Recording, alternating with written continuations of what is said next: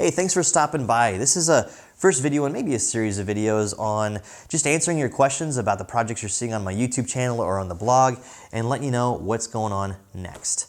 So let me just first introduce myself because I don't know if I've really done that. I'm Jeremy. I live here in California with my wife and my 3 little kids.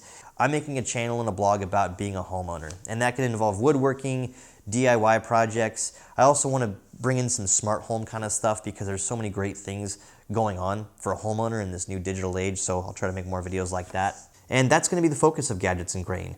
So I want to cover 2 topics that I've seen a lot in the comments. One's around my workbench video, the other's around the wood oxidation video I made about how to make new wood look old. So hey, first thing on the workbench, I've gotten a lot of great comments on why not make a flip top workbench rather than that insert that you've got to pick up and put down and pick up and put down. And you're absolutely right. At the time I was building my workbench, I was going from nothing, basically a folding table, to having a workbench. So that was just a big improvement right there. But now that I've got the workbench, I think flip top's kind of the way to go. I just can't put my head around a good, simple design. So if you've got some ideas and you've seen something online, shoot it over to me, jeremy@gadgetsandgrain.com, or leave it on Facebook or Instagram or whatever. I'd like to see what the possibilities are out there. And if you've got a flip top workbench, shoot me an email as well. Now let's talk about wood oxidation. That means making new wood look old like this. These are some swatches of wood I'm working on right now. Here's the big thing with this. If you take steel wool and vinegar and you make that oxidation solution to make it look darker like this, as you see, different types of wood behave differently. This is Douglas fir that you'd find in 2x4s at Home Depot, and this is pine that you'd probably find as common board over at Home Depot, but they look pretty different. And this is the exact same oxidation solution on both pieces of wood here. So the key toward making this solution is how much steel wool you use, because that's going to make the solution more concentrated and give you a darker color. And the other thing is the type of wood.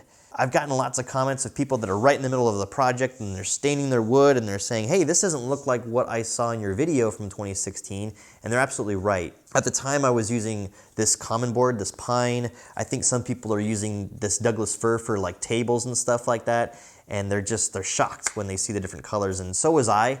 So I'm making a follow-up video on this very topic, and I'm using these types of woods. I've got some hardwoods over here that I'm trying it on.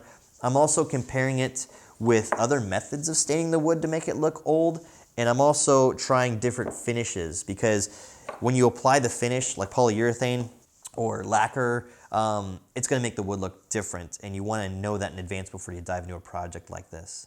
I would be really cautious on doing it with large-scale projects. I've gotten some comments about people doing this on their hardwood floors or a big wooden door in the front of their house, and because this is a chemical reaction rather than a stain that you're painting on the wood, you just don't know how it's going to turn out. So test it. You can always sand this off and get back down to the bare wood, but I don't know.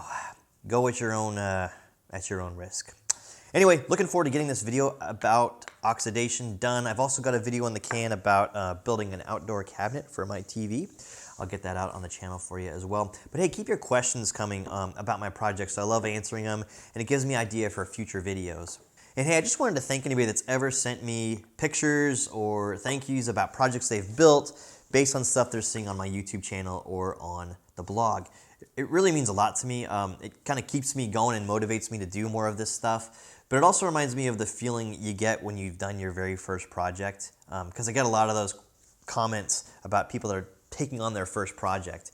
And for those of you that are thinking about it, I've just got to say, just go for it. Just try something new. Try to create something.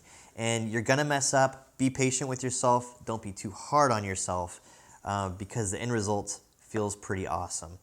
Hey, I hope I can do more of these videos going forward, answering your questions, talking about ideas with you. But for now, it's time to get back to work.